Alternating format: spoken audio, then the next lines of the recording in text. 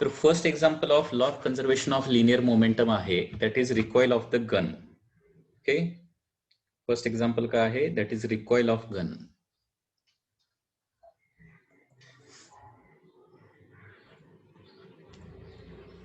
Recoil of gun. Okay, so this is the first example.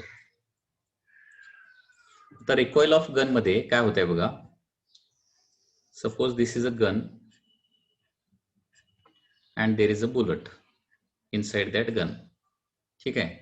आता ही जी gun असणार आहे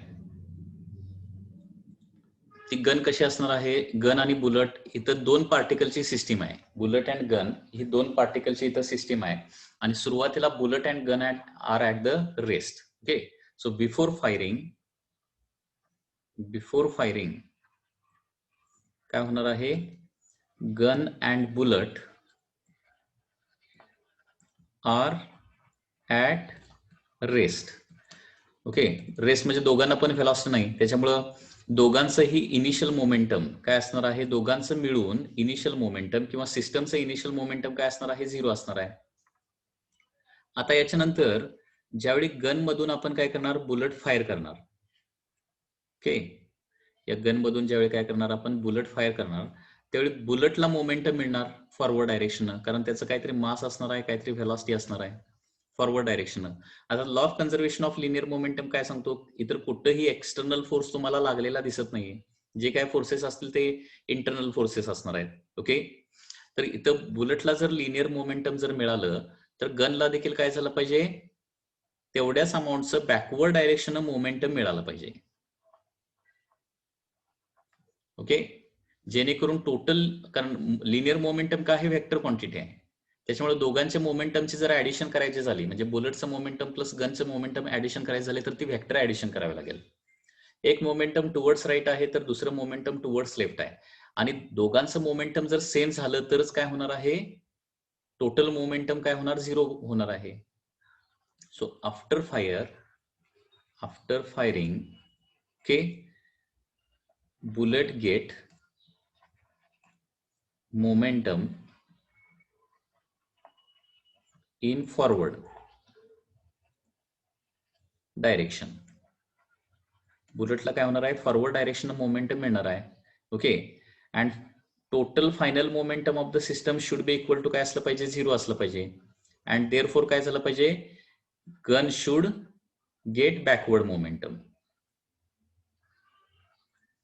gun should get backward momentum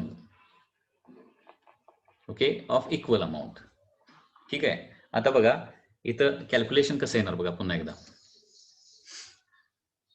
momentum before fire,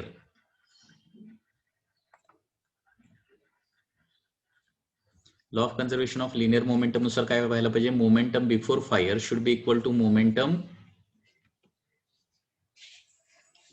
before firing should be equal to momentum after firing व्हायला पाहिजे. Okay, after firing. ठीक आहे. Momentum before firing दोघांचं मिळून काय आहे? 0च आहे, कारण दोघेही रेस्टमध्ये आहेत. मोमेंटम आफ्टर फायरिंग किती होणार बघा? तर small M is the mass of the bullet असेल and VB is the velocity of bullet असेल, तर एम इंटू फीबी काय होणार आहे? हे मोमेंटम येणार आहे. कुणाचं?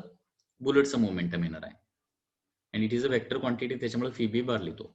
प्लस गन देखील काय होणार आहे? इथं बॅकवर्ड डायरेक्शन मूव्ह होणार आहे. ठीक आहे, त्याचं मास कॅपिटल एम असेल आणि व्हेलॉसिटी ऑफ गनला काय म्हणणार आपण? रिकॉइल व्हेलॉसिटी असं म्हणणार. Recoil velocity V R, M V R. ठीक आहे, म्हणजे मोमेंटम ऑफ फायर केल्यानंतर काय होणार आहे? मोमेंटम ऑफ बुलेट पण असणार आहे, मोमेंटम ऑफ काय असणार आहे? गन पण असणार आहे. टोटल मोमेंटम काय असणार आहे? M B V B bar plus M into V R bar असणार आहे.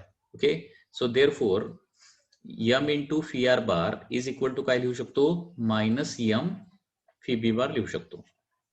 एम फी आर बारला एलएचएस ला आणलं तर काय होणार? ते मायनस होणार आहे.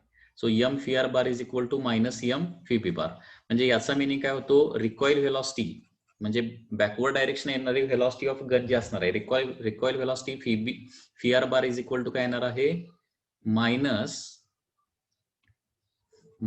Small M divided by capital M into V B bar. आता लक्षात घ्या, हे मायनस साईन काय इंडिकेट करणार इथं? मायनस साईन काय इंडिकेट करणार आहे? व्हेलॉसिटी ऑफ बुलेट फॉरवर्ड असेल तर velocity of recoil velocity of gun काय असणार आहे? बॅकवर्ड असणार आहे.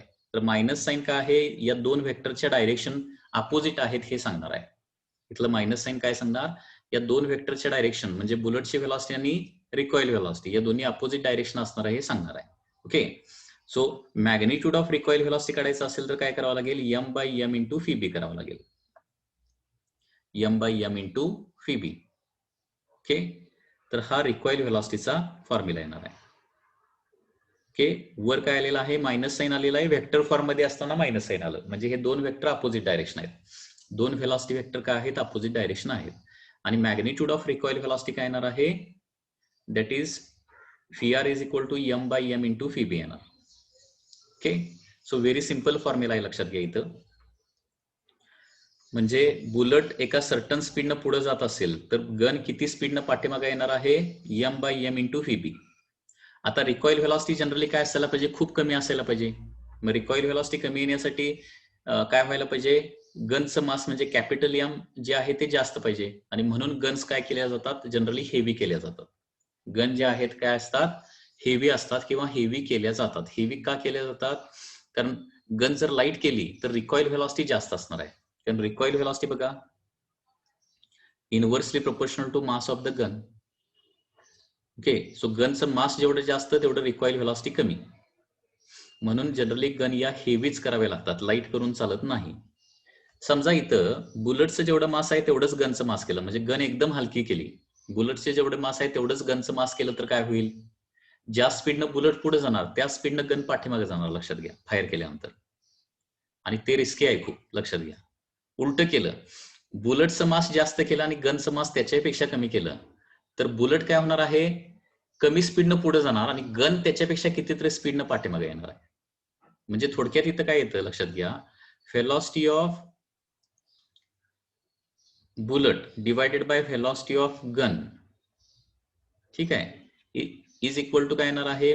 Mass of gun divided by mass of the bullet येणार आहे. Because velocity is inversely proportional to mass येणार येतं. म्हणजे ज्याचं मास जास्त त्याची व्हेलॉसिटी काय येणार आहे? कमी येणार आहे. म्हणून पर्पजफुली गन्स या हेवी केल्या जातात, त्या लाईट करून जास्त चालत नाहीत. अदरवाईज ज्या स्पीडनं बुलेट पुढे जाणार त्या स्पीडनं गन पाठीमागे जर रिकॉईल झाली तर it will be very dangerous to that person. Okay, आणि तो रिकॉईल म्हणजे मास कितीही जरी असलं तरी गन मात्र रिकॉईल होणारच आहे. मास जास्त असेल तर कमी स्पीडनं रिकॉईल होईल, मास कमी असेल तर जास्त स्पीडनं रिकॉईल होईल. त्याच्यामुळे गन फायर करत असताना काय केलं जातं? ती गन जी आहे ती काही वेळेला खांद्याला आपल्या शोल्डरला लावून धरली जाते गन फायर करत असताना जनरली, जेणेकरून ते रिकॉईल जे आहे ते काय करता यावं? व्यवस्थित सस्टेन करता यावं याच्यासाठी. किंवा छोटी गन, हँडगन जर असेल, ओके, तर त्यावेळी काय केलं जातं? हात आपला हँड जो आहे तो स्ट्रेट ठेवला जातो, तो बेंड कंडिशन मध्ये ठेवला जात नाही. स्ट्रेट का ठेवला जातो? So as to overcome that recoil. तर हे याचं फर्स्ट ऍप्लिकेशन आहे law of conservation of linear मोमेंटमचं. तर law of conservation of linear मोमेंटमचं फर्स्ट ऍप्लिकेशन आहे रिकॉईल ऑफ गन. आणि रिकॉईल ऑफ गन मध्ये आपल्याला एक इम्पॉर्टंट फॉर्म्युला मिळतो, दॅट इज गन किती व्हेलॉसिटीनं पाठीमागे रिकॉईल होणार, पाठीमागे येणार. त्याचा फॉर्म्युला काय असणार आहे? V R is equal to M by M into V B. Okay,